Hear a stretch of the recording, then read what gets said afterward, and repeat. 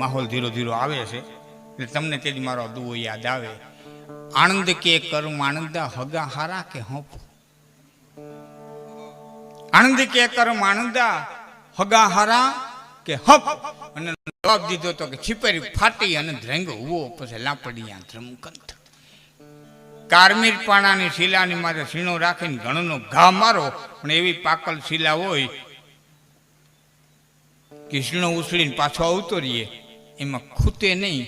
પણ એ શિલામાં જેથી તળી પડે અને માલિકો ધોળી પડાય તેથી લાપડા નામનું ખડ માલિકો મૂળિયા નાખી જાય લીલું ધ્રમક થઈને મજા કરતું હોય એમ ભાઈઓમાં કુટુંબમાં જ્ઞાતિમાં તમારા ગામમાં જ્યાં સુધી હોપ છે ત્યાં સુધી બહારના કોઈ શીણાવની તાકાત નથી તમારી વચ્ચે ખૂતી હોય.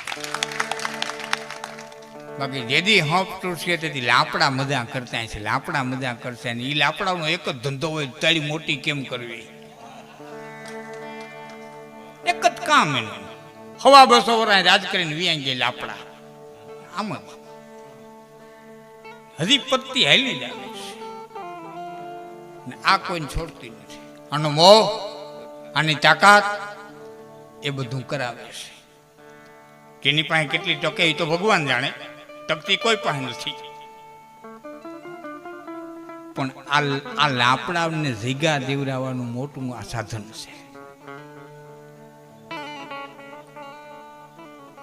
ઘીણું બોલનારો માણસ એનો એક નાનકડો પ્રસંગ કહું પછી આપની મોજ જેટલો દાયરો આગળ આખો. આમાં કઈ તાકાત છે. હોળાઈ કળાઈ યાદવોનો સૂરજ તપતો હોળાઈ કળાઈ અને એ ટાણે દ્વારકાની બજારની માલિકો લડહડતો સૂરજનારાયણ હાલો આવતો હોય એમ તેજનો પૂંજ હાલો આવે અને યાદવોએ ધોડી ધોડી અને કૃષ્ણની પાસે જઈને એટલું કીધું કે કૃષ્ણ સાક્ષાત નાનકડું સ્વરૂપ ધારણ કરીને સૂરજ આપણને મળવા આવતા હોય એવું લાગે છે. અને કૃષ્ણે મરક મરક દાંત કાઢીને કીધું કે સૂરજ દ્વારિકામાં આવે નહીં ને આવે તમે બધા ભરી જાવ એ રેવા દો. પણ જો કોક આવે છે કૃષ્ણે કીધું કે સત્રાજીત આવે છે. આટલું બધું તેજ કે એના ડોકની માલિકો સૂરજનો આપેલો મણી છે અને મણીનું નામ છે સૈમતક મણી. જેવામાં મેં વાંચ્યું છે, સાચું ખોટું ઈશ્વર જાણે, પણ મેં વાંચ્યું છે કે મહારાણી વિક્ટોરિયાના મુંગટમાં જે મણી જણાનો અડધો જણાનો અડધો બીજે વેચાણો ને એ આપણો જે કોહિનૂર જેના 2 કટકા થયા, એક વેચાણો છે ને એક મહારાણી વિક્ટોરિયાના મુંગટની અંદર અત્યારના એલિઝાબેથ છે તો એલિઝાબેથના મુંગટમાં છે. સાચું ખોટું ઈશ્વર જાણે, પણ મેં વાંચ્યું છે કે એ સૈમતક મણી છે. 8-12 હોનું દેતે આવ્યો સભાની માલિકો. ભગવાન કૃષ્ણે કીધું કે હે સત્રાજીત, આ મણીના ઘણા ગુણ છે. જે દેશમાં હોય ત્યાં રોગ નો આવે, જે દેશમાં હોય આ મણી ત્યાં વિપત્તિ નો આવે, જે દેશમાં હોય ત્યાં કોઈ દુકાળ ન પડે, જે દેશમાં હોય ત્યાં કોઈ મહામારી ન આવે. તો તારી પાસે છે તો ફક્ત તારા પરિવાર પૂરતો તને ઉપયોગમાં આવે. પણ એ મણી જો તું મહારાજા ઉગ્રસેનને દે ને તો આખા દ્વારિકાના રાજને એ મણી ગણાઈ જાય. સત્રાજી બોલ્યો નહીં, ઉઠીને વેયો ગયો. ભગવાનને એમ થયું કે એનો છે ને ભાઈ, એનું છે ને વસ્તુ. હવે સાંભળજો. પાંડવો લાક્ષા ગૃહમાં તમે શું કહો મોબાઈલ મૂકી દેવો મને વધારે આવે છે તો એ ન કરો. થોડીક વાર રેકોર્ડિંગ લેવાનું એટલે હું તો મને ખબર હોય તમે રેકોર્ડિંગ કરતા હતા, પણ પછી હાથે આપણે આમ જ પાછું કરી લેવું. મને મજા આવે. આપણે આ શિવમરાને કેવું વાત એવી છે ને એટલે મને મજા આવી જાય. પાંડવો લાક્ષા ગૃહમાં બળી ગયા, કુંતાજી સહિત બળી ગયા એવી દ્વારિકાની અંદર ખબર પડી. એક ઘટના બની એ દ્વારકામાં સમાચાર. ભગવાન દુખી થયા. એમાં એક દિવસ સત્રાજીતનો ભાઈ પ્રસેન મણી પહેરી અને ફરવા ગયો શિકાર કરવા ગયો અને એમાં શિકારનો ઘા ખાલી ગયો, સિંહે હુમલો કર્યો અને પ્રસન્નજીતને મારી નાખ્યો. ટૂંકમાં સિંહ ઘોડા હોતો એને ખાઈ ગયો. અને એ ટાણે ત્યાંથી જાંબુવાન નીકળ્યો. સુંદર મણીને જોયો, જાંબુવાન લઈ અને પોતાના હોયરા માલિકો લઈ ગયા.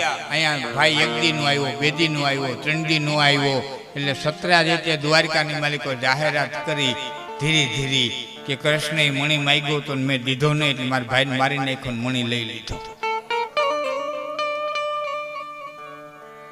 બીજો આ માયાની તાકાત અહીંયાથી અટકતી નથી. હું તમને કહું, મારા ભાઈને મારી નાખ્યો, મણી લઈ લીધો અને દ્વારકાની માલિકો યાદવોની ત્રણેય યાદવો મેં આગળ ઉલ્લેખ કરી દીધો, એટલે નહીં કરું. ઉગ્રસેન મહારાજના સાનિધ્યમાં ભેળા થયા અને કૃષ્ણને કીધું કે મણી તે લીધો છે.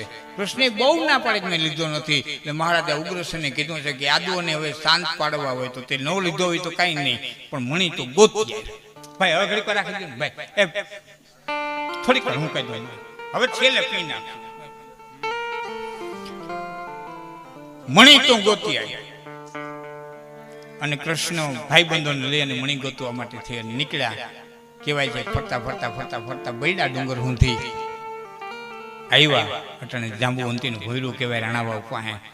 એ અંદર ગયા અને ભાઈબંધોને કીધું કે તમે બહાર ઊભા રહીજો, હું આવી જાય. બહુ વાટ જોઈ 1 દી 2 દી 3 દી 4 દી. અંતે યાદવો કંટાળ્યા અને ત્યાંથી ભાગી નીકળ્યા. એમ કહેવાય છે, ભાગવતની અંદર તો લખ્યું છે કે જાંબુવાનનું અને ભગવાન કૃષ્ણનું યુદ્ધ 28 દિવસ થયેલું હતું. જાંબુવાનને ખ્યાલ આવ્યો કે રામા અવતારથી જ અવતાર છે. મણી દીધો, ટૂંકમાં વાત કરી દઉં, જાંબુવંતી દીધા. એ જાંબુવંતીને પરણીને ભગવાન કૃષ્ણ છે એ દ્વારકા આવ્યા. યાદવોને મણી દેખાડ્યો અને સત્રાજીતને મણી આપ્યો. 2 દી થયા હતા. સત્રાજીતને વિચાર થયો કે કૃષ્ણ અરે વેર બંધાણો ભારી કરી. એક દિવસ વિચાર કરી અને સત્રાજીતે પોતાની દીકરી સત્યભામાને લઈ અને સત્રાજીત હાલતો થયો અને ભગવાન કૃષ્ણની પાસે આવીને કીધું, આ મારી દીકરી હું તમારી હારે પરણાવું છું, તમારી સમાધાન કરી લ્યો, મારાથી જરા વેર રાખતા. કૃષ્ણ કે મને વેર છે જ કે ના, છતાં હું મારી દીકરી તમને પરણાવું, આ મણી તમારો. એટલે ભગવાન કૃષ્ણે કીધું સત્યભામાને પરણું, પણ મણી નહીં લઉં. શું કરવા? કાલે સવારે નાયત કહે દીકરીએ લઈ લીધી ને મણીએ લઈ લીધો. હું નાયતને ન પૂગું, મારા બાપ નાયતને ન પૂગું. અને મલક આખાન પૂગે એ નાયતને ન પૂગું. સારું ધ્યાન રાખી દઉં, જો આવશે તો બંધ કરશું, નકર આપણી વાતો ચાલુ રાખી. નાયતને હા બધું. એમાં બળભદ્રએ કીધું કે ફૂઈ વૈયા ગયા, ફૂઈના દીકરા વૈયા ગયા, ભીષ્મના મોઢા સુધી નથી જવું. હાલ ભાઈ, લોકરીવાદમાં નિભાવવું પડે. પાંડવોનો અને કુંતાજીનો ખરખરો કરવા હાટો થઈ અને કૃષ્ણ અને બળભદ્ર બે હસ્તિનાપુર આવ્યા. ભીષ્મને મોઢે એ ટાણે આયા અક્રૂરે છે કૃતવર્માને એમ કીધું કે જે દીકરી તને પરણાવવાની હતી એ તને ન પરણાવી અને કૃષ્ણનો હા વાલો થવા માટે થઈ અને એ કૃષ્ણને સત્યભામા પરણાવી અને ન્યા મણી દેવા ગયો. આજ કૃષ્ણ નથી, વેર લેવું હોય તો ટાણું છે. લાપડા અને સત્રાજીતને મારી અને મણી લઈ લીધો કૃતવર્માએ. અહીંયા સત્યભામાને ખબર પડી કે મારા બાપનું ખૂન થયું છે, મળું ઉપાડવાનું દીધું. એમાં દીધું મળું ઉપાડવાનું દીધું. એ વખતના વૈદ્યોને બોલાવી હોળી બનાવી, હોળીની માલિકો મરદાને ડુબાડી અને સત્યભામાએ કીધું હું પાછી ન આવું તો મારા બાપને અગ્નિદાહ દેતા નહીં. અને ત્યાંથી રથ જોડાવીને સીધી હસ્તિનાપુર આવી. કૃષ્ણે કીધું દેવી કેમ વાહે આવ્યા? કે મારા બાપનું મળું દ્વારિકામાં પીડ્યું છે, એના મારનારાને મારી નહીં ત્યાં સુધી અગ્નિદાહ ન દેવા દો. અને રથ દોડી બળભદ્ર અને કૃષ્ણ આવ્યા, જેવા દ્વારકા આવ્યા એવા કૃતોરમાં અક્રૂરને જઈને કીધું કે કૃષ્ણ આવ્યા ને સુદામા તેડી આવ્યા, હજી ઊંધી સત્રાજીતનો અગ્નિદાહ નથી દીધો, એ મને ગોતવા આવશે. એટલે અક્રૂરે કીધું મણી એ મૂકતો જાય ને ભાગવા માંડ, બાકી તને બચાવવાની તાકાત મારામાં નથી. ભાગી નીકળ્યો. આવે ને પેલા દપડથી વાત હું પૂરી કરી દઉં. ભાગી નીકળ્યો. કૃષ્ણ અને બળભદ્ર પાછળ ગયા. રથ હાલે એમ નહોતો, કૃષ્ણ દોડીને ગયા. પાછળ બળભદ્ર દોડ્યા જાય. જંગલ ઘાટું, છતાં હાથમાં આવે એમ નહોતો. ત્યારે ભગવાન કૃષ્ણ સુદર્શન ચક્ર છોડ્યું. સુદર્શન ચક્ર છોડી અને કૃતવર્માને માર્યો. બળભદ્ર પાછળ હતા. આવ્યો, ફફેર્યો. મણી તો હતો ને, એ તો અક્રૂરને દઈને નીકળી ગયો હતો. મણી મળ્યો નહીં. બળભદ્ર પાસે આવ્યા એટલે બળભદ્રને કૃષ્ણે કીધું કે બળભદ્ર, આપણે ખોટો ધક્કો ખાધો અને ખોટો માર્યો. કે કેમ? કે મણી આની પાસે નથી. બળભદ્રને મનમાં શંકા ગઈ કે મણી કૃષ્ણને જીડ્યો છે પણ મને દેખાડવો નથી. હા હા હા હા, તાકાત તો જોવાની, આ ધનની, આ પૈસાની, આ માયાની. મેં વાંચ્યું છે સાહેબ, હું અમારી વાર્તા નથી કરતો, હું શાસ્ત્રોક્ત વાત કરું છું. હું આધાર પુરાવા વિના વાત કરનારો માણસ. ઠીક છે, થોડીક લોકવાતો એવી નીકળી વસ્તુ જુદી છે. અને બળભદ્રએ કીધું કે કૃષ્ણ હવે તું દ્વારિકા જા, મારે નથી આવું. કેમ? કે ના ના, ખાલી મારે જનક રાજા પાસે આટો દેવા જવું છે. અને ત્યાંથી મનમાં ખબર ન પડવા દઈ પણ મનમાં રિહાય. અને બળભદ્ર નીકળી ગયા ને જનકપુર ગયા. ન્યા દુર્યોધન મહેમાન થયો હતો અને જનક રાજાની નગરીમાં દુર્યોધનને ગદા યુદ્ધ શીખવું કેને બળભદ્રએ. હવે ભલે આવી મારા બાપ, મારે આટલું જ કહેવું હતું કે આમાં તાકાત છે, માટે મારા બાપ ભાઈઓમાં હપ રાખજો. આ બળભદ્ર દેવાના મનમાં શંકા.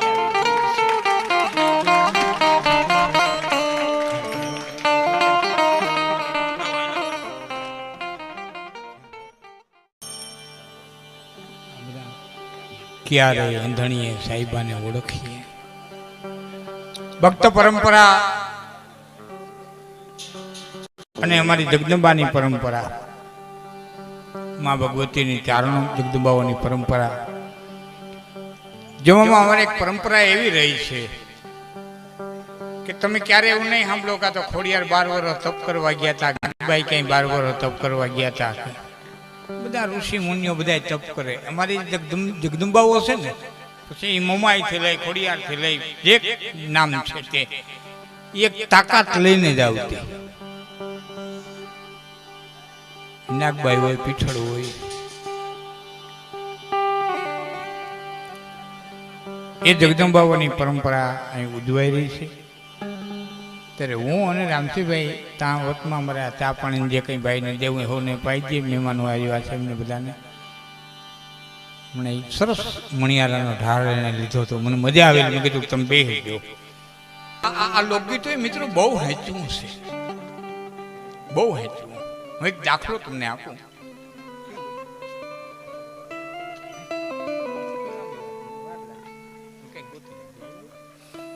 એક દાખલો તમને આપું. 1912 ટાઇટેનિક ડૂબી. 1912 ટાઇટેનિક ડૂબી, સમુદ્ર તળિયે પડી. વર્ષો પછી સેટેલાઇટમાં પકડાણી. વર્ષો પછી સેટેલાઇટમાં પકડાણી. એના સમાચાર હાલતા થયા. અમુક પેસેન્જરો જીવિત રહી ગયેલા. એમાંની એક ડોસી જીવતી, તેને સમાચાર જોયા અને સમાચાર જોયા પછી મીડિયા વાળાઓને ફોન કર્યો કે આ સ્ટીમરની પેસેન્જર હું જીવું છું. એટલે મીડિયા વાળા પહોંચી ગયા.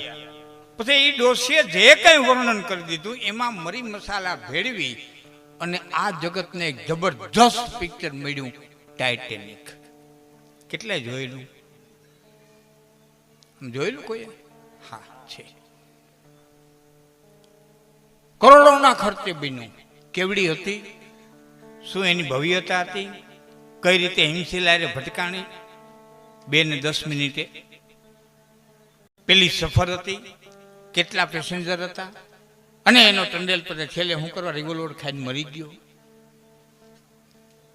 એ બધી ઘટના આ જગતના સમક્ષ આવી અને વિશાળ પિક્ચર એક આવ્યું, ટાઇટેનિક. ન જોયું હોય તો ક્યારેક સર્ચ કરીને જોઈજો એની ભવ્યતા. મારે આપને એ કહેવું છે કે એની પેલા એક આપણી ડૂબી હતી, એની પેલા એક આપણી ડૂબી હતી, ક્રાંતિથી ઉપડી હતી, માંડવી થઈ, દ્વારકા થઈ, પોરબંદર આવતી હતી ને એ વખતે 3 નંબરના સિગ્નલ લાગી ગયા કે કોઈ પણ મછવાને સ્ટીમર સુધી જવા દેવામાં નહીં આવે. અને પોરબંદરનો કડક અધિકારી લેલી સાહેબ કરીને એડમિનિસ્ટર, અને એને હુકમ થયો કે એક પણ મછવાને જવા દેવામાં નહીં આવે. કોઈએ વિરોધ ન કર્યો, વેપારીઓએ બહુ વિરોધ ન કર્યો, પણ વિદ્યાર્થીઓએ ઉહાપો કર્યો. કારણ કે ત્યારે ગુજરાત નહોતું, ફક્ત સૌરાષ્ટ્ર અને મહારાષ્ટ્ર હતું. અને સૌરાષ્ટ્રની મેટ્રિકની પરીક્ષા તેથી મહારાષ્ટ્રની અંદર લેવાતી, મુંબઈ રાજ્ય હતી, મુંબઈમાં લેવાતી. અને એ વખતે મેટ્રિકના પછી વિદ્યાર્થીઓ પરીક્ષા દેવા જવાના હતા. એને ઉહાપો કર્યો કે મારું વર્ષ બગડે, અમને જવા દે. પણ એવો કડક અધિકારી કે એક પણ વિદ્યાર્થીને જવા દેવામાં નહીં આવે. છેલ્લે રોકાવાનો પ્રશ્ન આવ્યો તો પોરબંદર મહારાજા નટવરસિંહજી, એ વખતે કદાચ મારું નામ ભૂલ થતી હોય, એને જાહેરાત કરી કે સતનસિંહજી હોય, પણ એને જાહેરાત કરી કે સ્ટીમર 1 દી રોકાય, 2 દી રોકાય, 4 દી રોકાય, જે ખર્ચો થાય પોરબંદર રાજ ઉપાડે છે, પણ સ્ટીમરને આગળ જવા દેવામાં ન આવે. પણ એનો ટંડેલ આવા તો કઈ વાવાઝોડા એને જોઈ નહીં ખાતા. અને યુવાન મિત્રો, હવે મારી વાત ઉપર ધ્યાન દેજો. મેકોલ નામનો એક અંગ્રેજ આવી ગયો અને એને એટલા બધા ઇતિહાસની માલિકો ફેરફાર કર્યા કે આપણને હાવ નમાલા કરી નાખ્યા, માનસિક રીતે નમાલા કરી નાખ્યા. આ મદારીઓનો દેશ છે, ના જાદુગરનો દેશ છે, ના અભણનો દેશ છે, ના ગરીબનો દેશ છે. આ તમારા સામે બિહારનું ચિત્ર આવે એટલે જુદું જ આવે. બિહાર એટલે આવું, આપણે વાત થઈ હતી ને, આજે આપણે આવું આવું આવું આવું. હું કહીશ તો તમને આશ્ચર્ય લાગશે. બિહાર એટલે ચંદ્રગુપ્ત મૌર્ય, બિહાર એટલે બિંદુસાર, બિહાર એટલે અશોક, સમ્રાટ અશોક, બિહાર એટલે બૌદ્ધ, બિહાર એટલે મહાવીર સ્વામી. એનો સાધુ એટલો વિહાર કર્યો કાકા પ્રદેશનું નામ જ વિહાર પડી ગયું. પણ હવે કઈ આશ્ચર્ય લાગશે. બિહાર એટલે નાલંદા વિદ્યાપીઠ, જેમાં ચાણક્ય ભણ્યો અને ચાણક્ય પાછો પ્રિન્સિપાલ બન્યો. અને યાદ રાખજો, વિદ્યામાં જેટલા યુવાનો બેઠા એટલાને કહું કે જ્યારે ચાણક્ય પ્રિન્સિપાલ હતા ત્યારે એ નાલંદા વિશ્વવિદ્યાલયની માલિકો 5000 અધ્યાપક હતા, 5000 પ્રોફેસર હતા.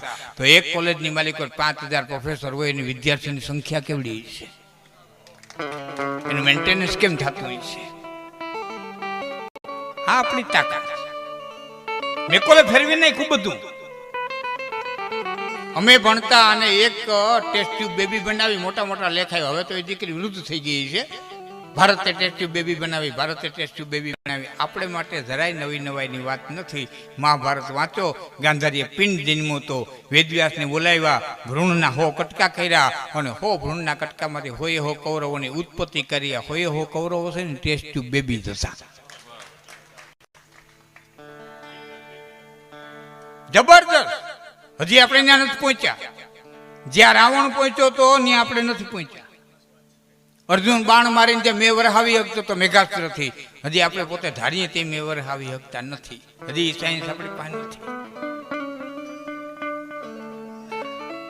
આજે છોકરો મટીને છોકરી થાય, છોકરી મટીને છોકરો થાય, લાખોના ખર્ચે જાતિ પરિવર્તન કરે છે.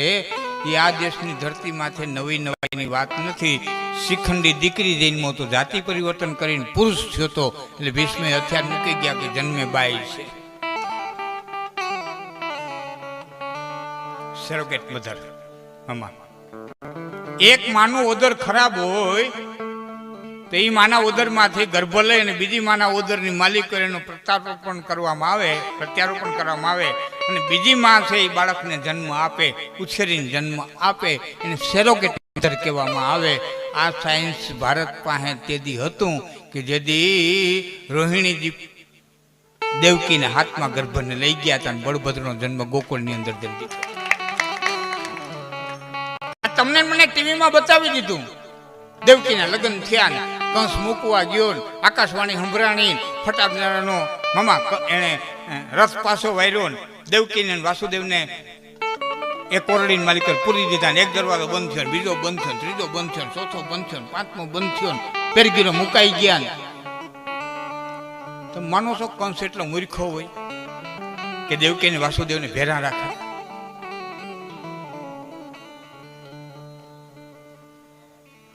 અને વાસુદેવ સામાન્ય વ્યક્તિ હતો કે કંસ ધારે ત્યારે કેદ કરી શકે?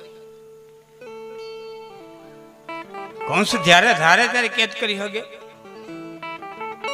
જો આપણી પાસે સમય હોય તો હું થોડોક લઉં આપો સમય. આપ યાદો બેઠા છો બધા.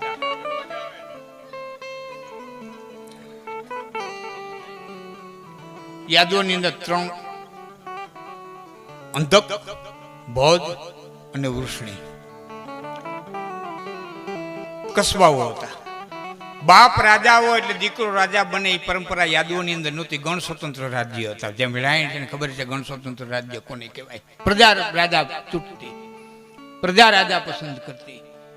તો યાદવોના ગણ સ્વતંત્ર રાજ્ય હોય, બાપ રાજા હોય એટલે દીકરો રાજા થાય એવું નહોતું.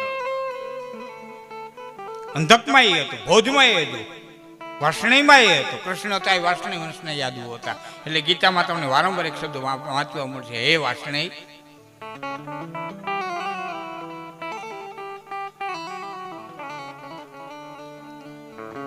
કોઈને તકલીફ નહોતી, તકલીફ મગજને હતી. જરાસંધને એમ હતું કે હું બળવાન છું, ત્યાં સુધી સત્તા ઉપર છું, પણ કાલ સવારે મારો છોકરો નબળો થયો અને યાદવોના સ્વતંત્ર રાજ્યો જોઈ અને મારી પ્રજા ઉહાપો કરશે ને ઉછલાવી નાખશે તો. એટલે ગમે એમ કરીને યાદવોમાંથી રાજા સાહેબ થાપી દેવી જોઈએ. અમેરિકાની સ્વતંત્રતા જોઈને વિશ્વ સ્વતંત્ર થયું ને. દુનિયામાં કોઈ સ્વતંત્રતા હોત જ નહીં, લોકશાહી હોત જ નહીં તો કોણ થાપત? અબ્રાહિમ લિંકને જે થાપી હવા 200 વર્ષ પહેલા, એ પછી બધા સ્વતંત્ર થતા.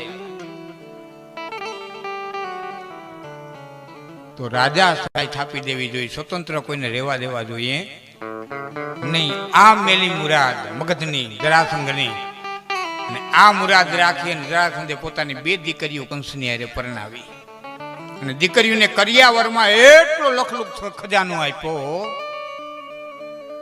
કે જેમાંથી કંસ એક નવી સેના ઊભી કરી શકે, ગુપ્ત સેના ઊભી કરી શકે. અને કંસે કર્યું, સેના ઊભી કરી, ઉગ્રસેનને કેદ કરી અને પોતે ગાદીએ બેસી ગયો. હવે વશ કરવાના હતા કોને? વસુદેવને અને અક્રૂરને. આ બેને વશ કરવા માટે થઈને પોતાના હગા બેન હતા એ અક્રૂરને પરણાવ્યા અને પોતાના કાકાની દીકરી દેવકની દીકરી દેવકી હતા એ વસુદેવને પરણાવ્યા. અને દેવકી મને બહુ વાલી છે, વાલા હતા. હું મૂકવા જાય એ મૂકવા જવાનું થયું અને આકાશવાણી થઈ. દેવકીને મારવા ગયા. વાસુદેવ કીધું હું તને બાળક હોપી દે. ત્યારે બાળકથી ભય છે ને. એક શરતે કે શું?